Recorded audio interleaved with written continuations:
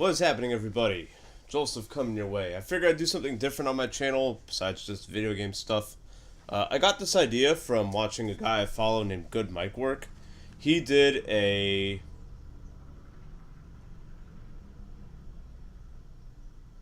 Yeah, awesome.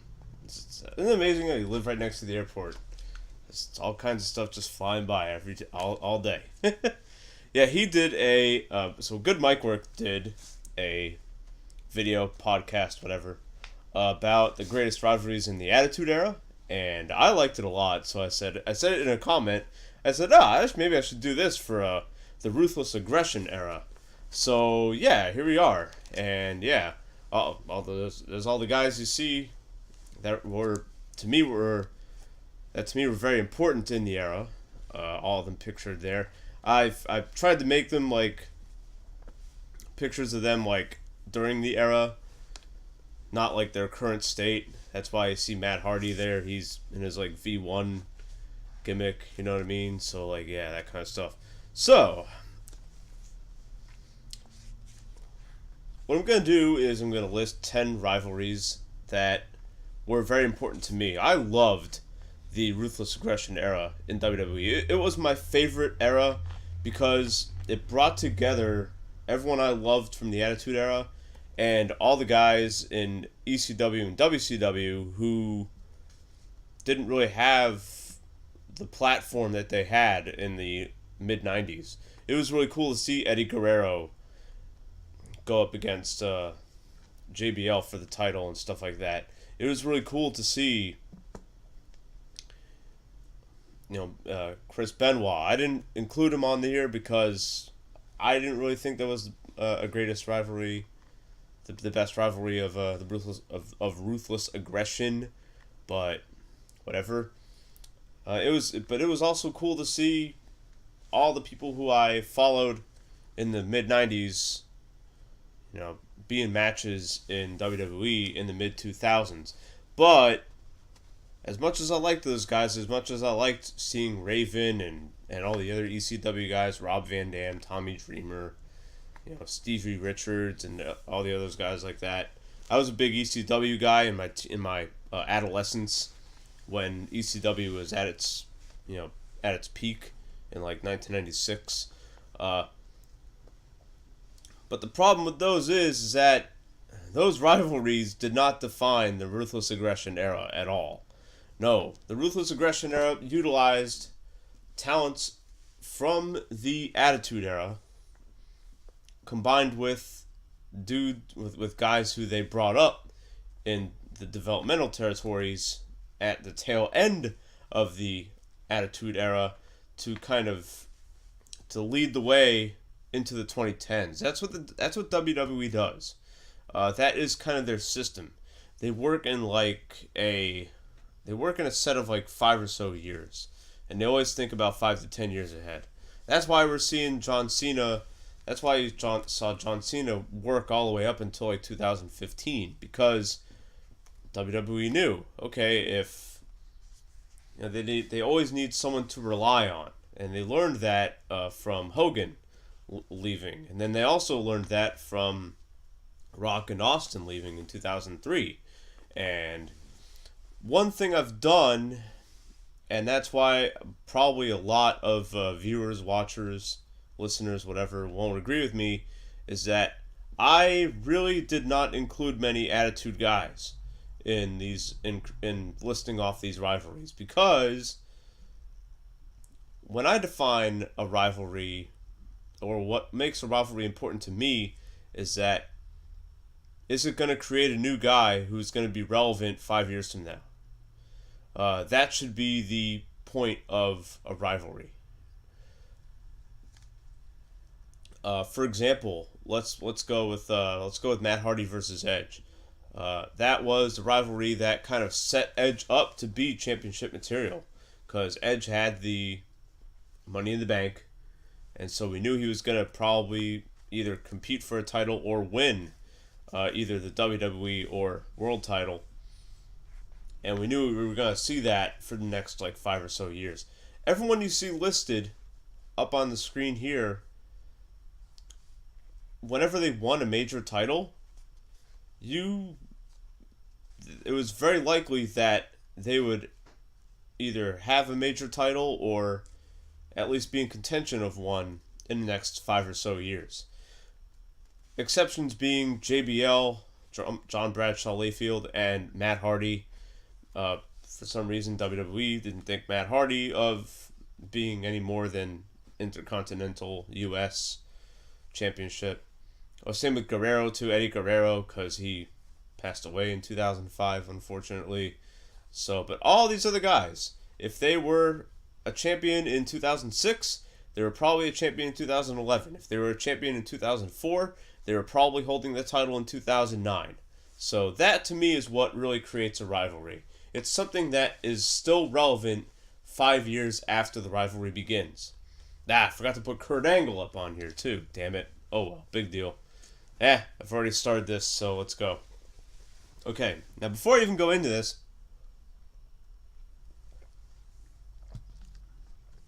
I want to define the time frame, my time frame, of the Ruthless Aggression era.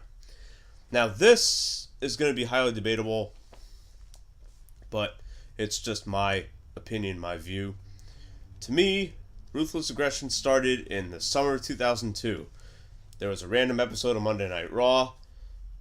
McMahon came out to NWO music, and then he said, "Oh, the NWO is done. I'm hiring 2 general managers, one for SmackDown, one for Raw, and they're going to be the on-screen matchmakers." So whatever. And then he went on to cut a promo saying, "Oh, when I bought out all the territories in the late 80s, it was ruthless and aggressive. So now I want ruthless aggression out of all of you." And then Booker T grabs the microphone from Vince and says, "Oh, put me in a match with," I forget who it was, but whatever. "Put me in a match with somebody. That's ruthless, that's aggressive," that kind of stuff. And then on SmackDown, on that week, I remember the date, June 27th, 2002. That was right before my 20th birthday. Kurt Angle came out to the ring and he got on the mic and he said, "Oh, I can beat anybody who walks out here. Send me somebody." And then out comes John Cena. And what does he say to Kurt Angle? He says, "I'm John Cena." And then Angle goes, "Oh, what do you have? What do you have? What do you think you've got against me? What can you bring to me?" And then Cena goes, "Ruthless aggression." And then he has a good match with Angle. So that was the beginning of the Ruthless Aggression era. Some people would even say that it started right after WrestleMania 18. I look at the time period between WrestleMania 17 and the beginning of Ruthless Aggression as, or not even that. Well, I'll say this. I'll say I'm looking at the period of time between the end of the Alliance Angle storyline, whatever, invasion storyline, and the beginning of Ruthless Aggression as almost like a transition stage. You'll see this a lot when it comes to eras in WWE. For example, before the Attitude Era began, there was still a little bit of the gimmicky stuff that you saw in the mid '90s in 1997. But up until the day after the Montreal screw job, that was when you knew something was different. You knew that something was completely different, especially after Austin stunned McMahon, and then that was the beginning of the Attitude Era. So it's the same thing, same little set number of months between Attitude and Ruthless Attitude / or in between the end of the Invasion and Ruthless Aggression, where WWE was still trying to. It was kind of like that they were still trying to make it almost like Attitude, but then slowly introduce new guys in there, and then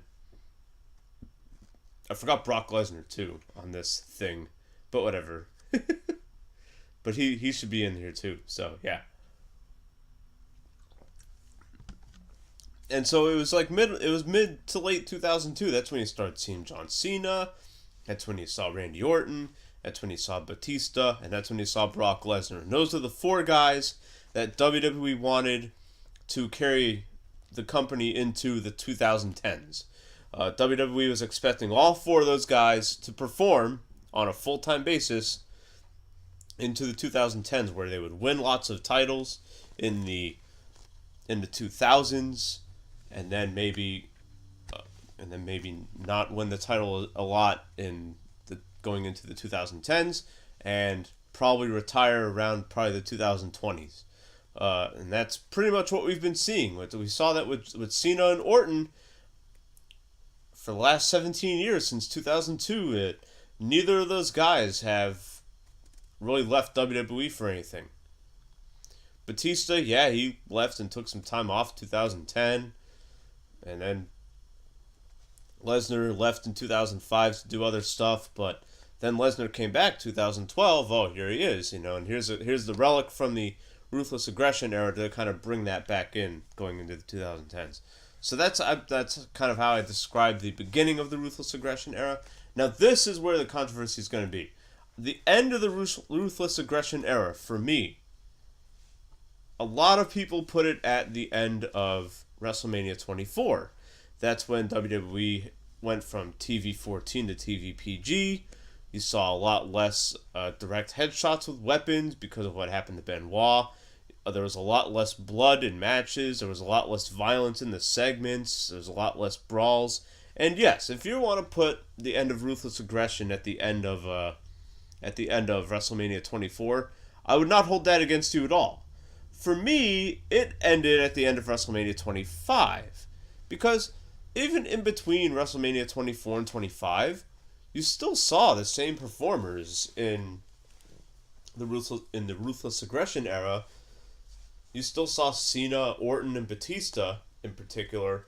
They were still in very high-profile matches. They were still in high-profile matches with guys like Edge and Shawn Michaels and Chris Jericho and other individuals who were still performing on a very full-time basis from 2002 to 2008. So I put for me, the Ruthless Aggression ended at the end of WrestleMania 25. That was when WWE started experimenting for their, I don't know what you want to call 2010 until, 2016 or whatever. People like to call it the PG era.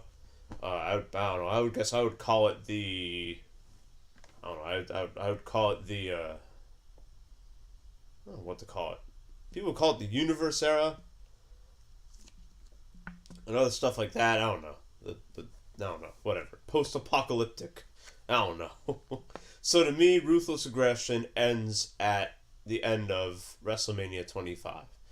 And it came to a definitive end in 2010 when WWE started releasing a lot of guys that you saw in Ruthless Aggression. Batista left in 2010. Shelton Benjamin left in 2010. Chris Masters left in 2010.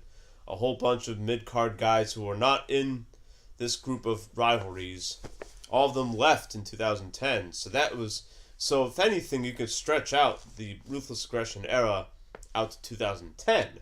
But for me, it ends in the middle of 2009, right after WrestleMania 25, and especially after the guest hosts.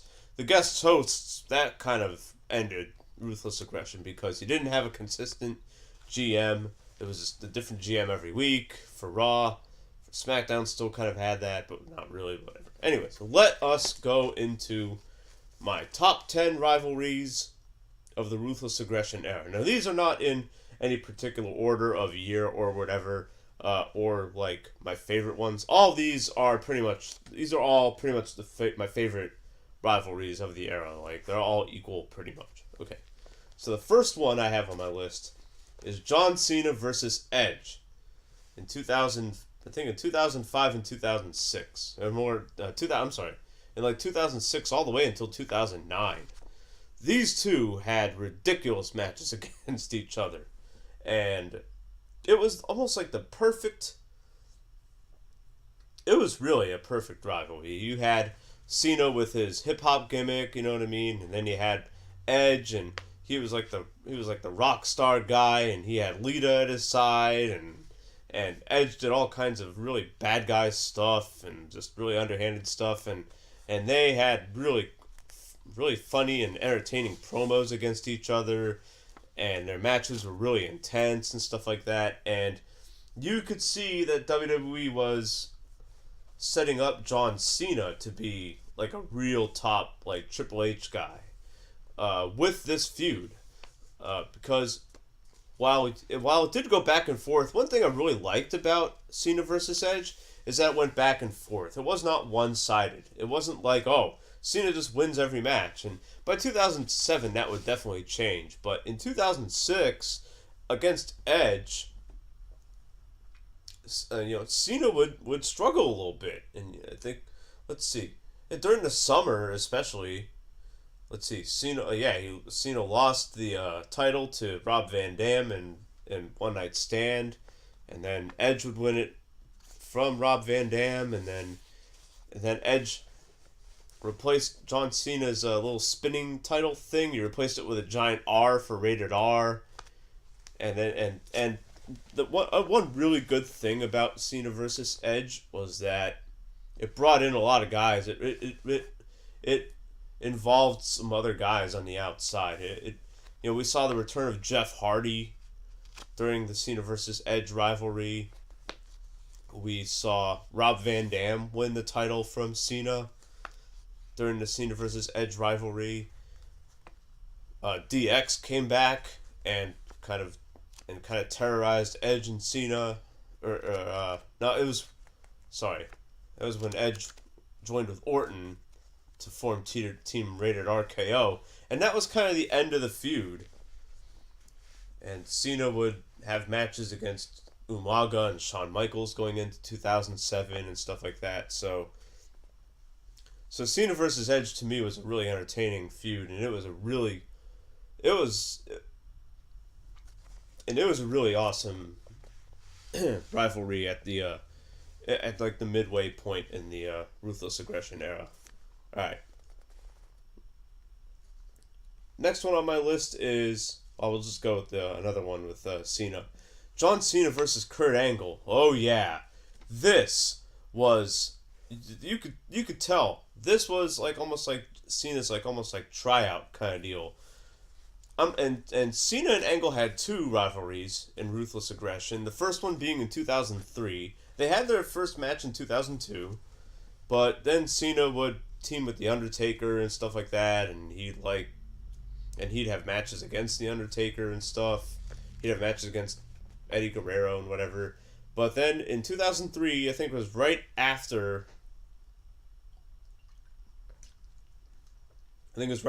Angle came back from his injury that he got at WrestleMania 19.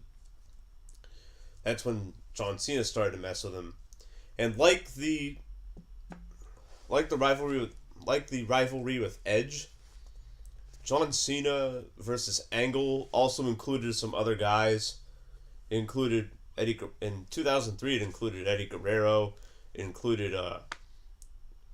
Haas and Benjamin, the guys who were on Team Angle. It included Zach Gowen. That's right, yeah, Zach Gowen, and Cena was doing diss raps against him too, and same with Brock Lesnar and stuff like that. So yeah, like in 2003, the Cena versus Angle rivalry was really good, and it showed that Cena had star potential, that he wasn't just some new guy that was gonna flop in 4 years. You really saw that Cena was taking this really seriously, and he'd only been in WWE for a couple years, since 2000, 2001. He did his what's it called, his developmental stuff in 2001. So 2 years after that, he's going up against a guy who was defending his title at WrestleMania 19, and did that quite well. And it was a really entertaining rivalry, very entertaining. The 2005 one, this was when people started turning on Cena pretty quickly. By 2005, everyone loved him. But months after WrestleMania 21, fans didn't really like. You could tell that some fans were kind of turning on him, and fans never really liked Kurt Angle, but they weren't really cheering as loud for Cena as they did in like 2004 during his 2005 rivalry with Kurt Angle. And different than the 2003 one, this one was for the title, and the title would go back and forth between Angle and Cena. Or no, I'm sorry, no, this one was one-sided. It was not like Cena's rivalry against Edge. In this one, Cena just hogged out the title in the fall of 2005, and I really believe that this rivalry could have been way better if Kurt Angle won the title a couple times in that feud. And the 2005 Cena versus Angle feud would end right when 2006 began, when Angle was in the I think the second ever Elimination Chamber match or something like that, or the third one, the one in New Year's Revolution 2006 when Cena wins the title. I think Angle was wearing it going into that match. I don't remember who wore it going into that match at all. No, Cena had it, and then he won it and retained it, and then Edge cashed in the Money in the Bank. So, the Cena and Angle rivalry kind of transferred to the Cena and Edge rivalry, and Angle would win his final world title in WWE by going to SmackDown, and then he would leave about 8 months after and go to TNA Wrestling. So, with Cena versus Angle, you could tell those two had chemistry. You could tell that Angle was having a lot of fun, especially in 2003. Maybe not too much in 2005. And if you want some more information on that, you should definitely watch Angle's I think 24 documentary on WWE Network. And in that documentary, he says that he was dealing with all kinds of crazy injuries in 2006, and he was taking drugs for it like left and right. And he just needed to get the hell out of there and go to TNA where he could have a lighter schedule and stuff like that. So yeah. Okay, and those are the only two rivalries in Ruthless Aggression that involve Cena that I really care for. His rivalry with JBL was kind of cool, but it was extremely predictable, and I knew he was going to win the title from JBL at WrestleMania 21. That was a given. Other rivalries he had one with Eddie Guerrero, which was kind of cool. But that was like a low mid card one. That was still when Eddie Guerrero was had the tag championships with Chavo or Chavo, whatever. So other than that, and then Cena had his rivalry with Carlito, but that was still kind of mid card. And while it was pretty fun to watch, it was still, it wasn't as significant as against Angle and against Edge. So now I'm gonna go on to the Triple H feuds, the guys who Triple H had rivalries with, and Triple H, people like to hate on him for being part of the Reign of Terror, the 2002 to 2004 Reign of Terror in Ruthless Aggression, and during the Ruthless Aggression era. And yes, that is correct.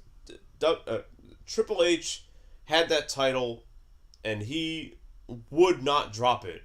It was almost as bad as Jeff Jarrett in TNA Wrestling in 2005, where, like, on any given Raw, if you watch any Raw from, like, 2003 or 2004, there may be, like, 20 shows in between both of them, in between all 104 Raws of 2004 and 2005, where Triple H did not have the title.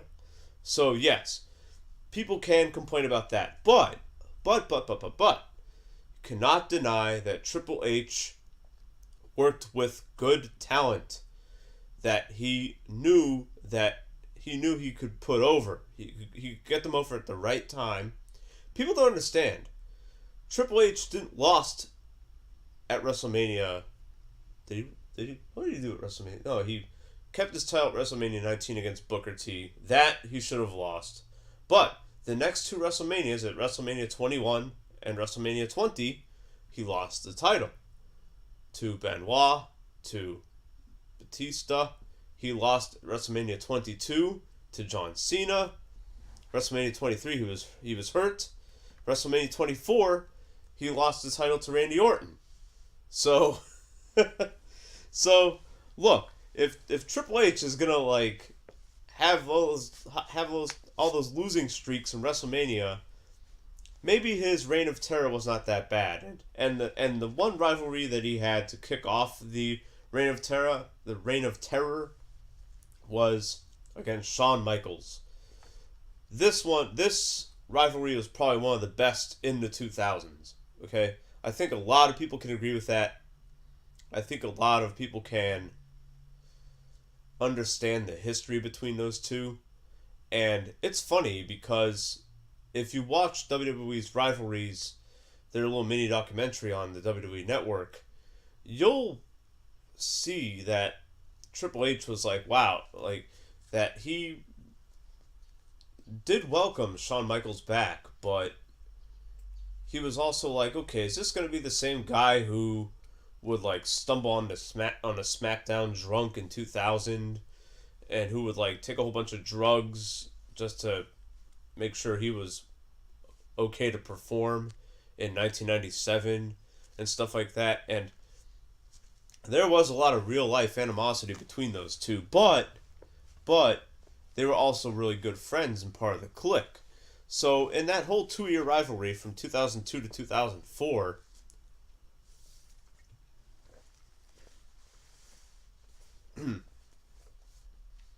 you could see that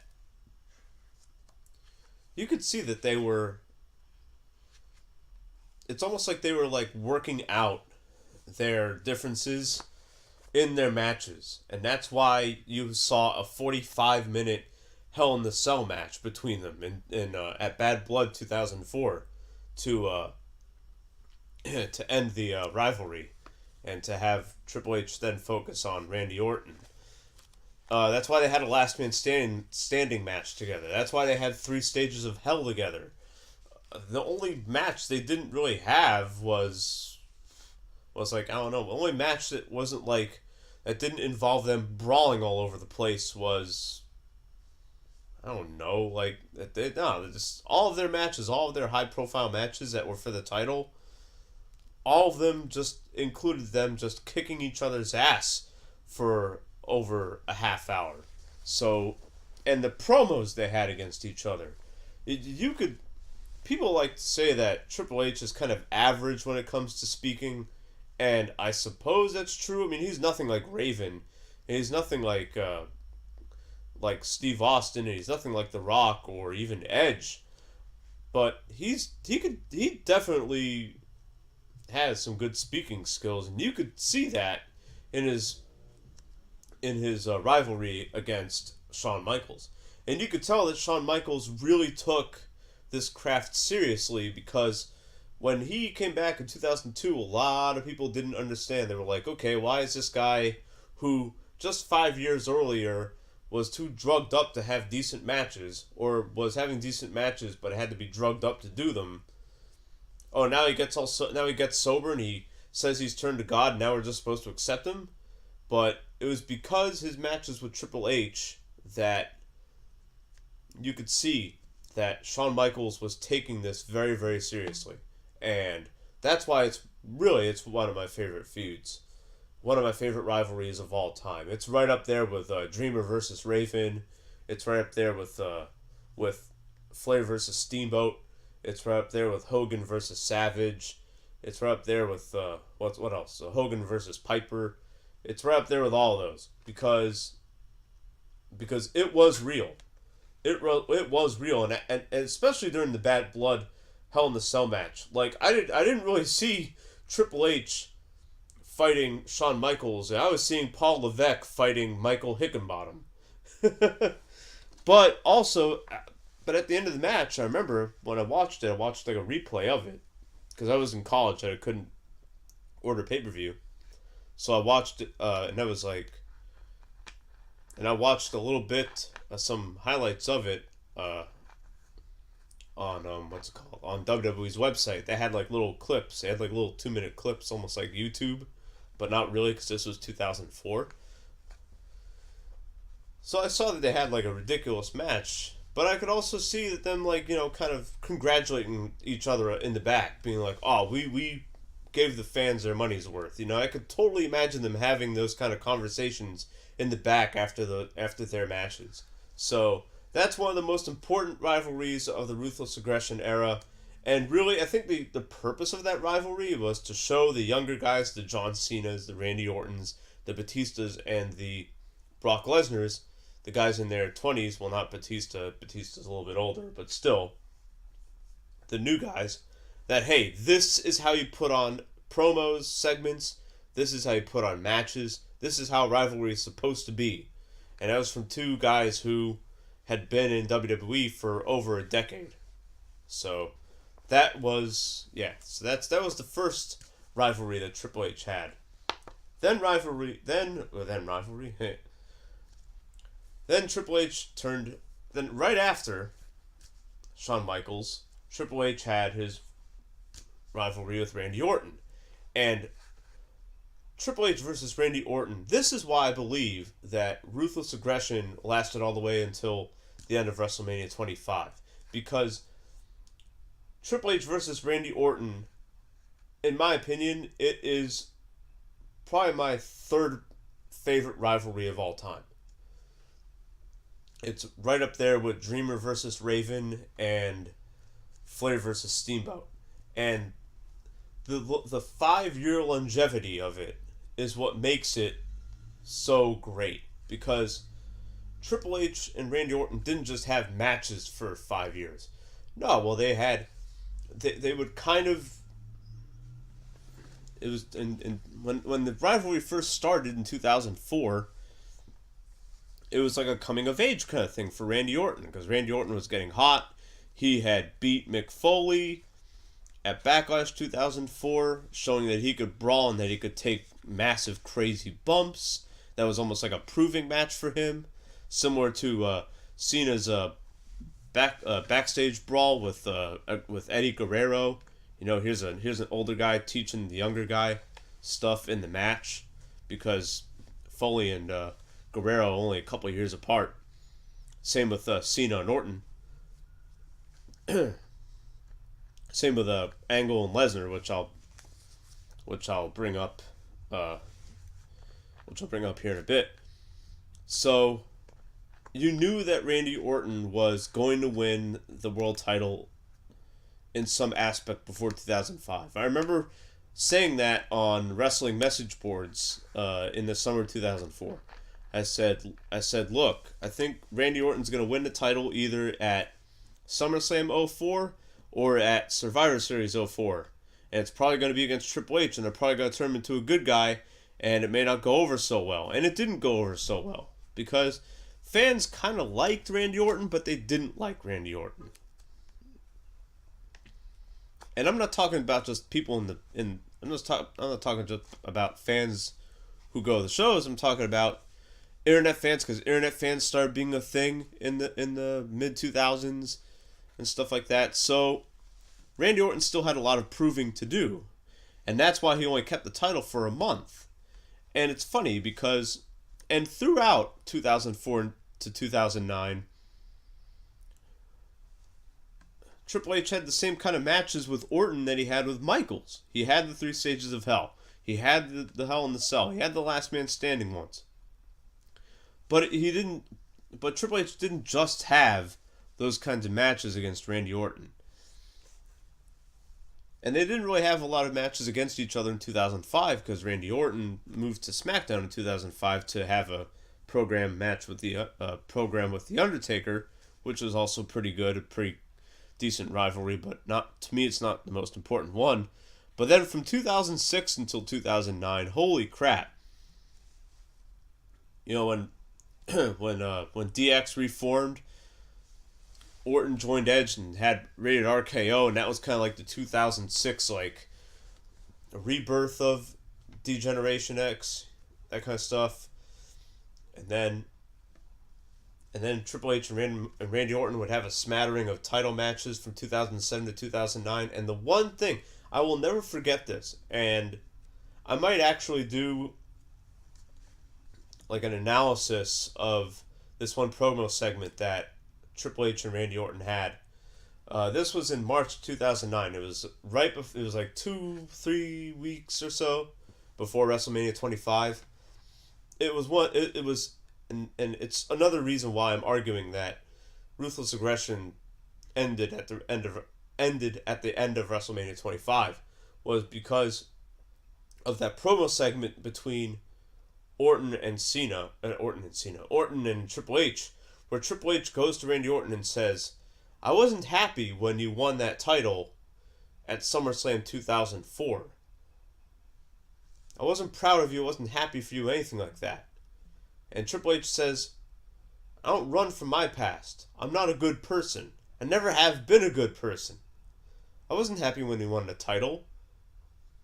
And then Triple H goes on to say, "Look, even though you've won the title a whole bunch of times in the last 5 years, you're still the same kid. You haven't learned anything." And so that to me was a great blow off for that rivalry. And in 2005, Randy Orton went to SmackDown.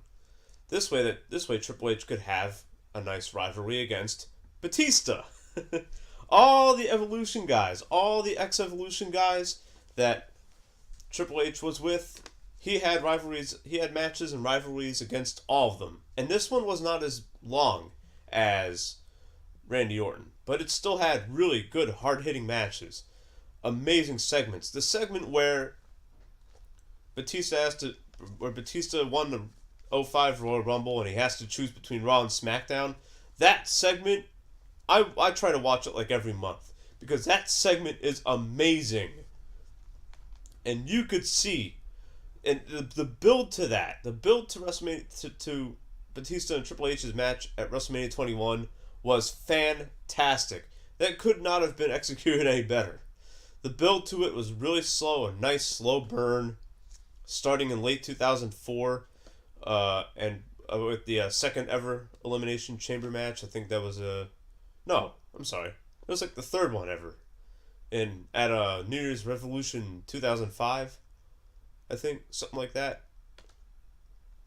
So you could see the gears turning months and months and months before this, and then they just had really good matches and really good chemistry against each other for a little while, for a little under a year.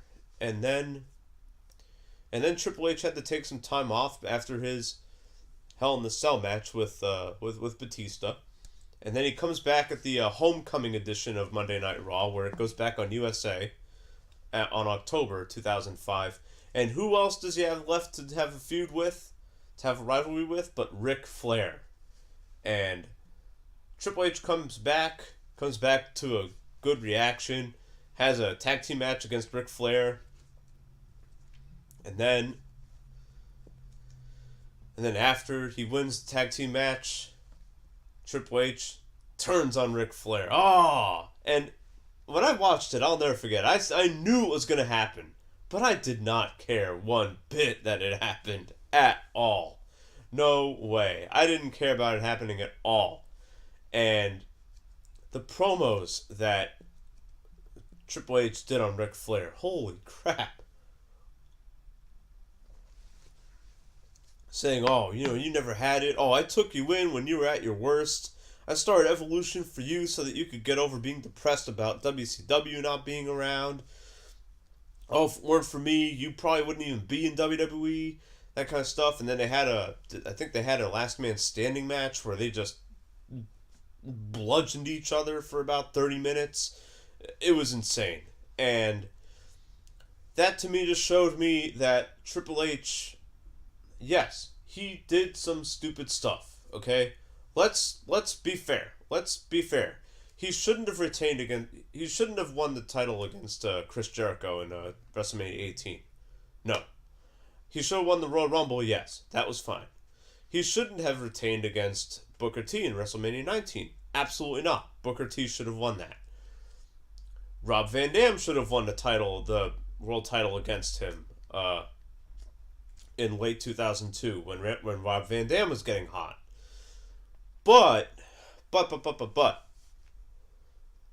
those are two really small blunders measured against several dozen really good moves that Triple H made that made the future of WWE that much more tolerable. Yes, WWE has sucked since 2010. I'll be the very first to admit that. But, if it wasn't for Cena having decent matches, if it wasn't for Orton having decent matches, and if it weren't for both of them at least trying to commit themselves to trying to put on a good product, WWE would be way worse in the last 9 years than it already was. So that's the kind of contribution that Triple H made. The way he's booking NXT is amazing, and here's a guy who is willing to lose matches at WrestleMania constantly. I mean, I can't remember the last time he really won a match at WrestleMania. Let's see. Did he have a match at WrestleMania 34? Yeah, he did, and he lost it against Angle and Rousey. He lost at WrestleMania 33 to Seth Rollins. He lost at 32 to Roman Reigns. He got beat up by Ronda Rousey in WrestleMania 31. He lost to Daniel Bryan at WrestleMania 30. Did he beat Brock Lesnar at WrestleMania 29? I don't remember that. I think he did win against Brock Lesnar at WrestleMania 29. And then he lost to Undertaker twice at WrestleMania 27 and 28. Triple H has the worst WrestleMania record, probably of all of them. Okay? I don't even think it's 500. So, for anyone who says, oh, Triple H just buries people and he has the shovel, take a look at his win-loss record when the matches really count. Not when they're just on Raw or SmackDown or a house show. Take a look at that record and then come back to me and tell me if he has the shovel. Also, it wasn't like he was 53 years old in 2003. He was 33 years old. So of course he's just as young as anyone else. So of course he's gonna win lots of matches and have the title a lot. It's okay. It's not like he was Hulk Hogan in 1998 or 1997 where he's 44, 45 years old and still has the title for like 190 days. So yeah. So that does it for Triple H. When it comes to Kurt Angle, I already mentioned his feud against Cena, but his rivalry against Brock Lesnar, holy crap. That was amazing. That was fantastic. And the one thing that I really wish should have been added to that was adding Scott Steiner in there. Angle versus Steiner would have been amazing. Lesnar versus Steiner would have been fantastic. But we didn't get any of that. We just had Kurt Angle versus Brock Lesnar. And I'll never forget when they first kind of interacted at SummerSlam 2002 when Brock Lesnar beat The Rock for the Undisputed title. There was a backstage segment and Heyman says, oh, this is Brock Lesnar. This is the summer of Lesnar. And Angle goes, oh, you know what? It's all year Angle, buddy.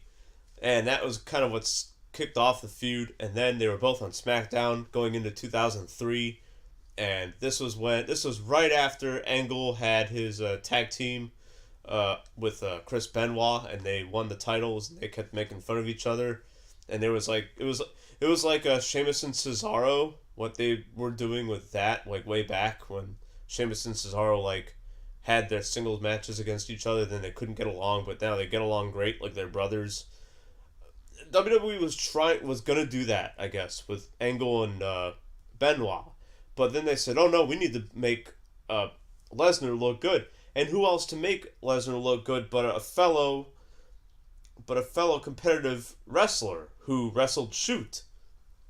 So, seeing their matches at WrestleMania 19 and their other ones in SmackDown, their Iron Man match in SmackDown in like I think the summer or the fall of that year of 2003 was ridiculous. And that was like seeing an amateur wrestling match like that. It was an amateur wrestling match, and then it turned into a brawl, and then it became an amateur wrestling match again. And that was just a fantastic feud, and yeah, that was great. I could talk about Brock Lesnar's feuds for this entire podcast. Him versus The Undertaker was crazy. Even him versus John Cena was pretty awesome, and that kind of stuff. But the most important of Brock Lesnar's feuds in Ruthless Aggression had to be against Kurt Angle. That was what defined him as a performer. And really, if you look at the matches he's had for the last 7 years, since 2012, yeah, he's been 7 years since he came back. How crazy is that? You could see that his work rate is similar to Angle's, where just a lot of intensity, a lot of stiffness and stuff like that, but is also willing to work with the people he's working with and that kind of stuff. And I believe he really got that from when he was having matches against Kurt Angle 16 years ago. 16 years ago. Okay, now I want to talk about the women's one. Okay, Trish Stratus versus Lita, and all right. Here, okay, before WWE decided to do away with the bra and panties matches and the bikini matches and stuff like that, they still had them in Ruthless Aggression, but they knew that they should also have the ladies compete against each other, in just like similar to any of the men's matches. And they did this perfectly. They married this perfectly with Trish Stratus and Lita. Now, yes, I'm leaving a lot of other women's rivalries out. I'm leaving out Molly Holly versus Trish Stratus, versus Victoria. I'm leaving that out, and I shouldn't leave that out, because that proved that women could have street fights and brawls just like men could. Trish Stratus and Victoria had the first ladies cage match. They had the first ladies street fight. They had the first. I think they had the very first ladies tables match too, or ladies ladder match or something like that. I don't remember, but it was Trish Stratus versus Lita that got fans to buy in to a legitimate storyline between these two women. Now Trish Stratus and Lita, they interacted a little bit on and off since 2000 when they both joined WWE, but they never really had like a legitimate program to where you could really see like that there was some maybe even real life animosity between Amy Dumas and Trish Stratus. I forget her actual last name. I think it's like Strategerous or something like that. I don't know, but yeah, like the summer, the fall and the winter of 2004, people were paying more attention to Trish and Lita than most of the stuff involving Triple H, because Triple H versus Randy Orton, while it was still in its infancy in late 2004, and Randy Orton still wasn't as great as some people wanted to say he was, or as great as he could have been, or whatever. Wasn't ready. But Trish and Lita were ready, and they were ready to main event Raw, and I'll never forget that day. I'll never forget that day. That was 16 years ago, so that was December 2004, where Trish and Lita had the last match, the last segment, the main event, and they really treated it like it was a main event for the ladies' title on Monday Night Raw. They had about, I think, 3 or so video packages for it. Lita was involved with Kane, who was like being really abusive to her, and like and he like sexually assaulted her and stuff like that, and Trish Stratus was just being an asshole and was just making fun of her and being like, oh, I bought you a black dress for your wedding against Kane, because like Kane like forced Lita to marry her and stuff like that. And yeah, like and the feud does have its bad points. Who can forget Snitsky and the whole Lita's pregnant, and then she loses the baby during one of her matches and stuff like that, and then Kane gets all upset about it and stuff like that, and then it was found out that, and then it got leaked that she was cheating on Matt Hardy, and Matt Hardy got fired after getting injured and stuff like that. So they had to turn Lita bad, and they had Edge join her and stuff like that. So it wasn't perfect, but for the interaction itself involving Trish Stratus and Lita, they played their parts very perfectly. They really did, and to me, it's really up there with my favorite rivalries of all time. I look at Trish Stratus versus Lita in the same way. It's almost like the inverse on two fronts of Dreamer versus Raven, because with Dreamer versus Raven, Raven was the bad guy and Dreamer was the good guy. But Raven was a bad guy who you almost had to feel sorry for. He would talk about how he was an outcast and how his dad hit him all the time, and how Tommy Dreamer's life was so perfect, and he wished that he could be Tommy Dreamer just for one day. And Tommy Dreamer was this like really easygoing like jock guy who went to the same school as Raven, that kind of stuff. With Trish Stratus versus Lita, Trish Stratus is the bad girl in this, but she plays like Tommy Dreamer's role, where she's like, the popular girl, you know what I mean? The girl who everyone thinks is just like really, a really swell girl, you know what I mean? But has like a really evil side to her, and you really don't like her. And where Lita is like the tortured one, here's the one she's getting abused by her boyfriend Kane. She got sexually assaulted by Kane, and is forced to marry Kane, and like you feel really bad for Lita. So that rivalry is really powerful, and I really liked it, and different than starting in 2015-16, where WWE is kind of like forcing the girl power down our throats. The girl power in Trish Stratus versus Lita was convincing, because they were still doing the chauvinistic stuff, like in 2004 Trish Stratus was still prancing around in bikinis and doing bra and panties matches and stuff, and so was Lita, but they could do that, and they could have legitimately competitive matches, and it felt way more organic than what we see now. And trust me, I like the girl power we've been seeing for the last 4 years. It's great because we can see women actually performing well in matches, you know what I mean? And then we can have them have decent storylines. But it's a lot more forced than things were 15, 16 years ago. Okay.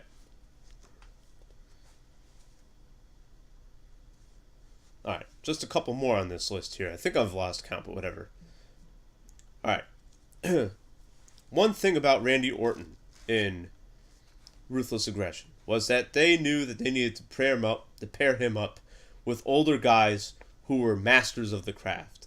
One of these people was Mick Foley, okay? And Mick Foley, he retired in 2000, but in wrestling, retirement means just taking time off. In like 90% of all cases. So they wanted to have Randy Orton work with some good guys. They didn't want to put him on SmackDown because they wanted him in Evolution. They didn't want him to have a match against Triple H yet. They didn't want him to have matches against Ric Flair for whatever reason. But they said, okay, let's bring back Mick Foley. Let's make him kind of like almost like a GM role, but kind of wants to perform too. And this feud started in late 2003 when Randy Orton goes, you know what? I want to put you away for good, because Triple H retired you in 2000, and now you think you can come back and do matches? Yeah, that's a bunch of bullshit. I'm going to go ahead and I'm going to beat you for good. I'll put my Intercontinental title on the line. And then if you win, this was after Steve Austin was co-GM and lost his job in a Survivor Series. He bet his job that his team could beat Eric Bischoff's team, and he lost. So Orton says, "Hey, you know what? I'll put my Intercontinental title on the line. If you beat me, Austin gets his job back, and then you can have whatever rules you want. So if you want it to be a no DQ match, have it be a no DQ match. If you want it to be Falls Count Anywhere, have it be any of your crazy matches that you're so well known for." And Foley says, "All right, let's do this."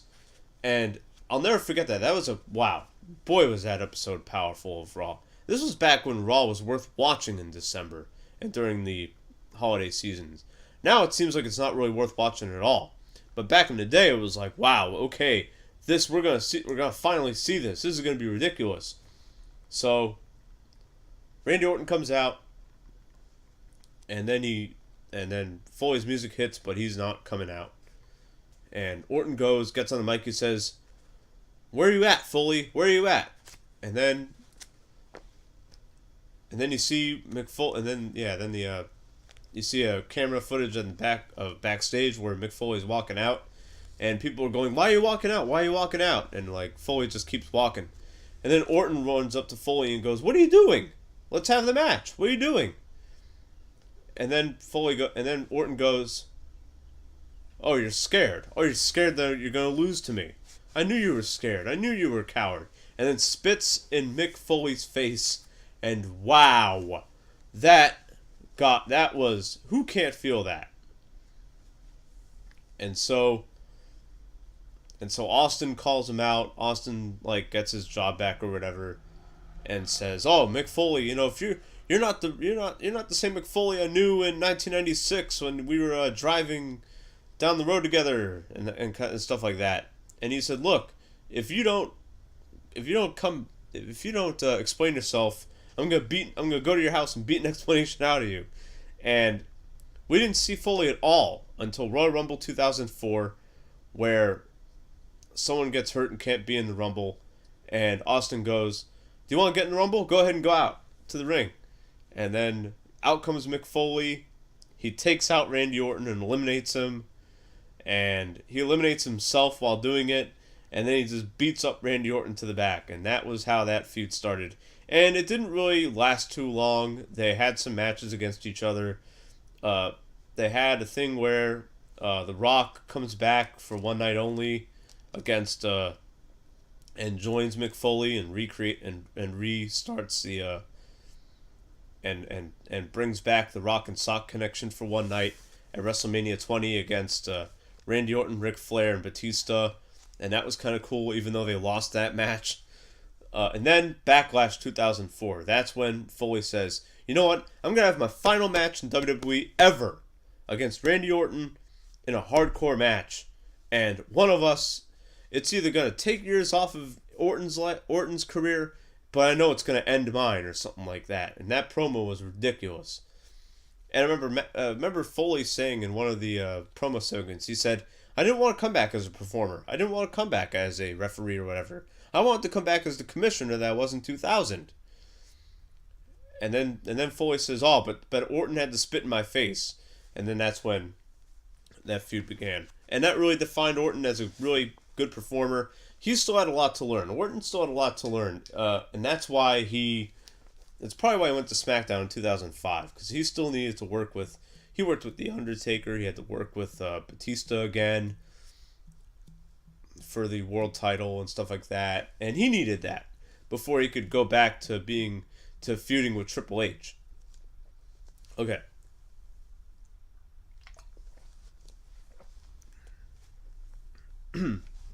Now this next one is near and dear to me. Eddie Guerrero versus JBL. Eddie Guerrero versus John Bradshaw Layfield. I had been watching Eddie Guerrero since my adolescence. I watched him in ECW in 1995 when I was able to watch ECW on the Sunshine Network. I watched him in WCW in my high school years. And when I saw him on WWE, I was like, "Oh wow, are they going to make this guy champion?" I knew it wasn't meant to be, because I knew that McMahon He doesn't like guys who look like Eddie Guerrero.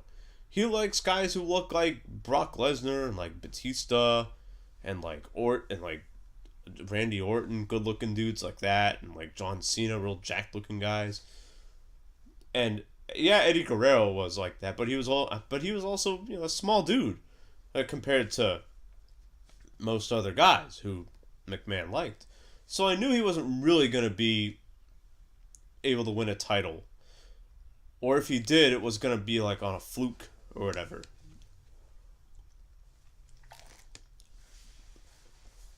But none of that mattered because at No Way Out 2004, and he won that title against Brock Lesnar, and then defended it against Kurt Angle at WrestleMania 20, and that was really cool to see him and Chris Benoit celebrate with their respective titles. But then Benoit had to do his, Benoit had to kill people, and that sucks, and so that's kind of tarnished forever.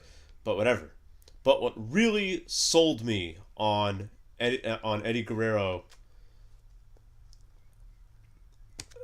yeah, I mean Eddie Guerrero versus Brock Lesnar, that was cool. Eddie Guerrero versus Kurt Angle, that was all right. But him versus John Bradshaw Layfield, that was insane. That was intense.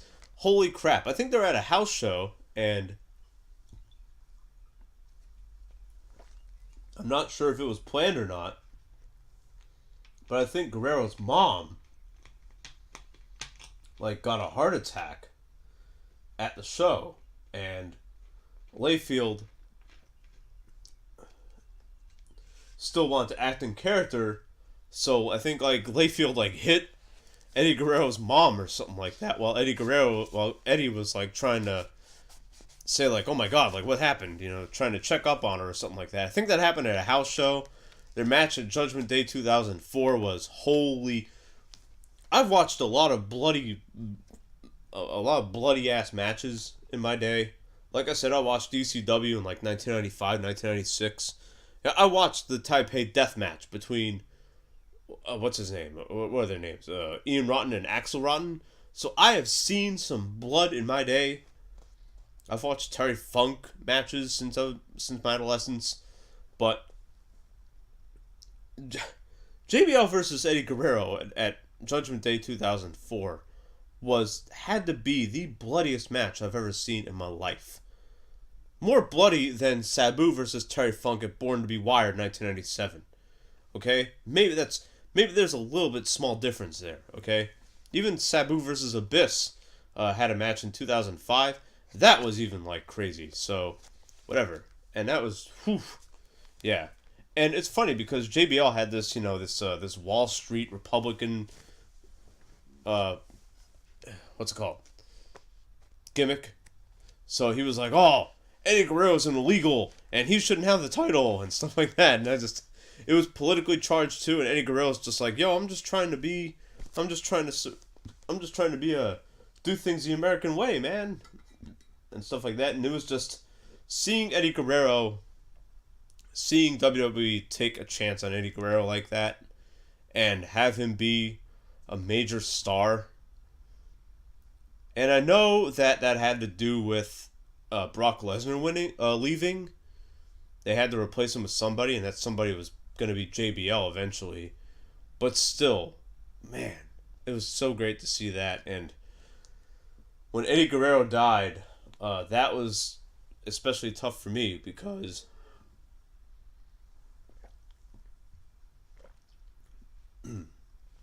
on the day he died, I began taking my dad to cancer treatment. So, and I've been watching Eddie Guerrero since, I've been watching Eddie Guerrero for about a decade since then. Almost, a decade to the day. I started watching him in late 95, and he died in the late 2005. So that was rough. And the fact that my dad was dying too didn't really help much at all. So yeah. Okay, let me talk about the last important rivalry of Ruthless Aggression, and that is Matt Hardy versus Edge. This, in my opinion, this This rivalry, in my opinion, defined the entire era because it blurred the lines between fictional and non-fictional characters the same way that Eddie Guerrero and JBL did. JBL, John Layfield, actually believes, like, he was friends with Eddie Guerrero, of course, and he even says that after in Eddie's in the episode of SmackDown with Eddie's death. He said, "Oh, we caused riots, but we were laughing about it." You know what I mean? But still, that kind of stuff. And same with Triple H versus Shawn Michaels. That also blurred lines between fiction and reality. But Matt Hardy versus Edge did that so much to where you didn't know if you had no idea what Matt Hardy was going to do to Edge. And he even used Edge's real name when he came back in August of 2005. He said, "Adam, I'm going to kill you. It's kill or be killed. I won't die." And that didn't even have a build. The best part about it was it didn't have a build. Is that the build was all off screen. That is what I like. Because here's something where you don't see it coming. You don't see it coming at all. And here's Edge. He just won the Money in the Bank, and he's like, "Oh, I'm gonna cash this in. I'm gonna win the title, and it's gonna be amazing." And then he's like, "Oh, but Matt Hardy, I have to get Matt Hardy out of my way. Come on," and that kind of stuff. And throughout the entire summer and the entire fall, they would have matches against each other, they would have segments against each other, and Lita was Matt Hardy, and Matt Hardy had been dating Lita since like 2000, or earlier probably, and everyone just knew each other so well. And the fact that Edge and Matt were real life buddies outside of wrestling, they were like real tight friends outside of wrestling, that was just the icing on the cake. And the one complaint I have about this rivalry is that it was not for a title. Yes, their final match was for the Money in the Bank, and I believe that Matt Hardy should have won that. That would have been great, and then you could put Edge on SmackDown, where it would make more sense for him to be on SmackDown. This way he could, but then we wouldn't have his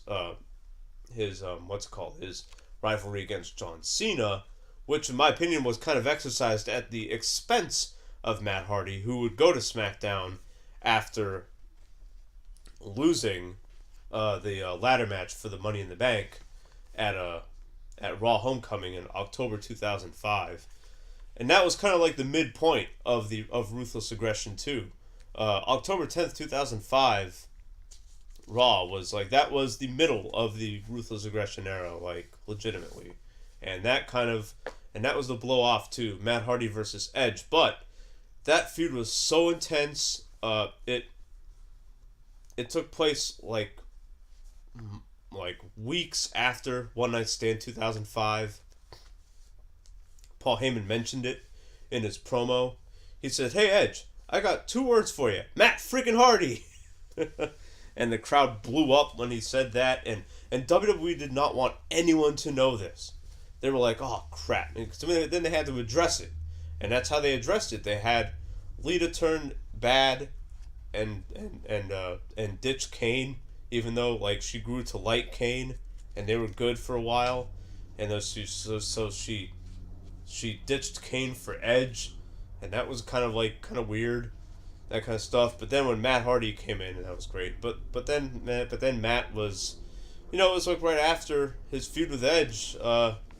What did Matt Hardy do? He won the United States title a couple times on SmackDown, and he won the WWE ECW title a couple times too. So that was all right. But those are my favorite Ruthless Aggression rivalries.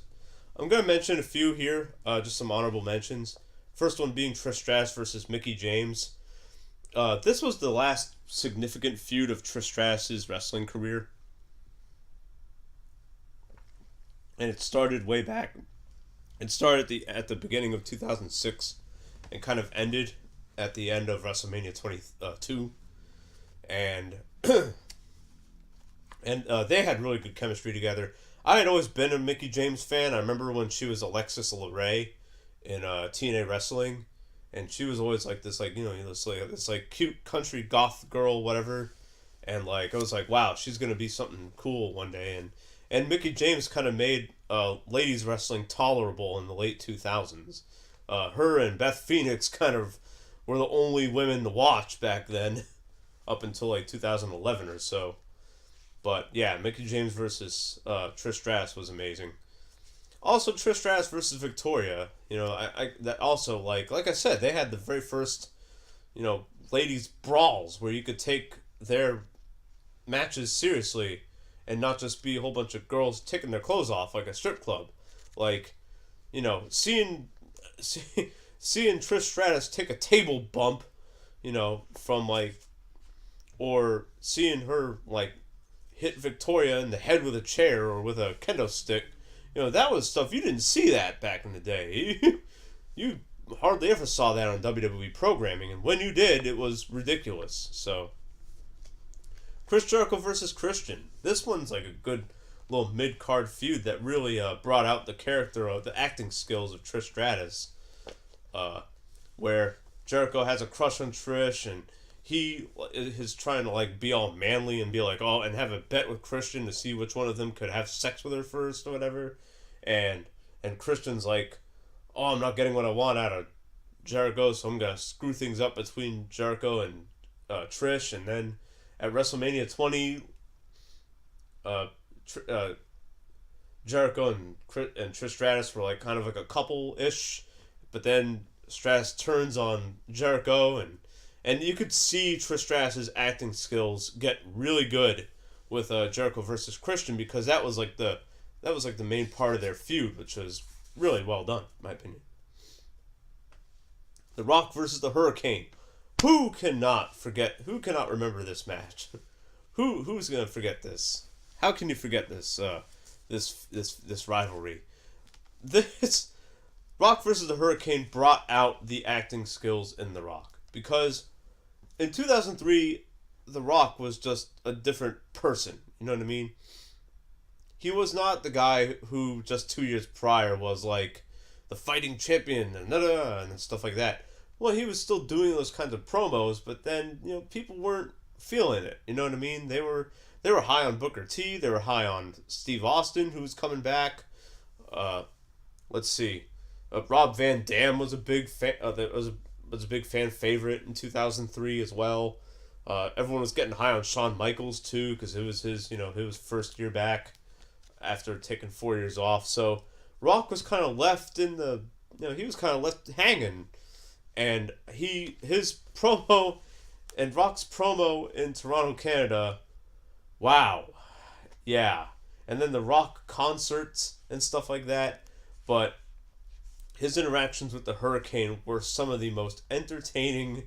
That had to be some of the most entertaining promo segments you could ever imagine, and it was fantastic. And I gotta give it up for the Rock for putting over a guy like the Hurricane, who was like half his size, and the Hurricane was just great, and the Rock and Hurricane just had amazing chemistry together. It proved that The Rock could just have great chemistry with anybody. It proved that he had the acting skills to be a complete prick when he needed to be. It brought me back. Rock vs. Hurricane brought me back to when Rock was a bad guy in 1998.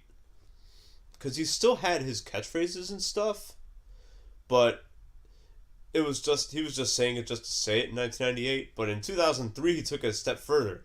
He was like, "This is not sing along with The Rock." I loved that. And people still sang along anyways. And the final honorable mention is Test versus Scott Steiner. Just like with Chris Jericho versus Christian, this was also over a chick, and that was Stacy Keibler, who, in my opinion, is like my favorite women's wrestling performer ever.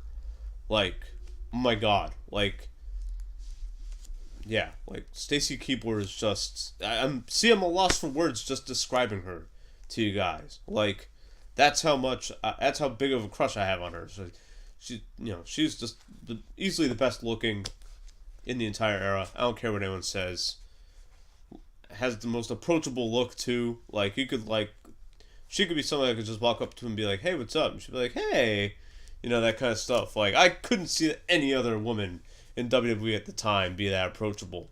And then you had Test and Steiner, and and here's the cool thing about WCW guys going over to WWE is that they were able to bring out really good things in some WWE guys that they worked with. Test being one of them. Test never really, and rest in peace, Andrew Martin died about 10 years ago. But Andrew he was never really marketable. He never really had a good character. He had a great look, but you can't just have a look. You need to have acting skills. You need to have match quality skills. If you can put on good matches and have a good look, then maybe you don't need to speak that well. That's kind of a Brock Lesnar. That's Brock Lesnar's claim to fame. Same with Batista and Chris Masters and other guys like that. But if you have a good look and you cannot put on good matches, which Test really cannot put on good matches at all, then you need some speaking skills and some acting skills. Well, Stacy Keibler brought that out in Test with testicles, and that got over because the people watching WWE were still, chauvinistic little boys back in the day. And it was okay to be a chauvinistic little boy back in the day. Nowadays, not so much, as you can tell from the newest Gillette commercial. But that's neither here nor there. But back in the day, it was funny to act like Beavis and Butthead in wrestling, and that really got over. And so now the Test has gotten over, and he's with Stacy, and they're a cool little couple. And then Test becomes a prick to Stacy and starts being really abusive. And here's Scott Steiner, who you would think would be the abusive person, who is saving Stacy Keibler from the abusive person. Because that's how Scott Steiner always came off. He always came off as the chauvinistic, "Oh, I'm gonna put you in your place, woman," that kind of asshole. But Steiner was being the complete reverse in character, and it worked. It made for really good TV. So yeah, okay, cool. Well, all right. I've run my mouth for as long as I can. Whew. All right. I hope you enjoyed this podcast / production / video, whatever. Yeah, I wish I had put more pictures of more people up here, but I don't know. These are the ones who are the most important to me. And yeah, these are my favorite or most important or best rivalries of the Ruthless Aggression era. Leave a comment saying which ones are your favorite, or if you agree or disagree and stuff like that. I'd love to do more wrestling related videos like this. I'm not going to be reviewing shows because you don't want me to review any shows. Maybe I will. Maybe I will if I want to be really salty. If I want to let out some aggression and be like, "Oh my god," because yeah, Raw has been. It's like I said, WWE has been really bad since 2011, to the point where I can't really watch it attentively anymore.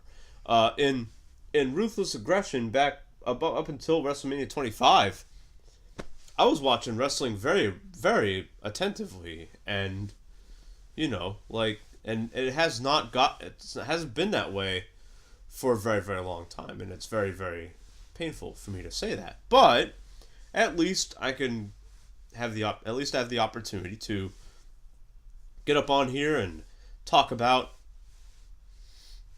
my favorite rivalries in certain eras that I enjoyed in my youth, in my 20s, in my teens, in my adolescence. Maybe I'll go over maybe I'll talk about another greatest rivalries in ECW. I think I should do that. That'd be really cool. Or even my greatest rivalries of all time. Although that's going to be pretty crazy. But I'll probably do a top 10 of that. Or some other wrestling related stuff. What I wanted to do, and I might actually still do this, is do a guest booking, or if any of you remember What Culture's how WWE should book, or how WWE should have booked, I might do something like that. What I wanted to do was I wanted to do how WWE should have booked Asuka's first year in out of NXT, but that was like a few months ago, and I didn't like how that turned out. So whatever. All right. Okay. Well, let me get the hell out of here. I've been running my mouth for about 80 minutes, and yeah, I got stuff to do. So, thank you for listening, and I will catch you later. Take care. Keep being awesome. Peace.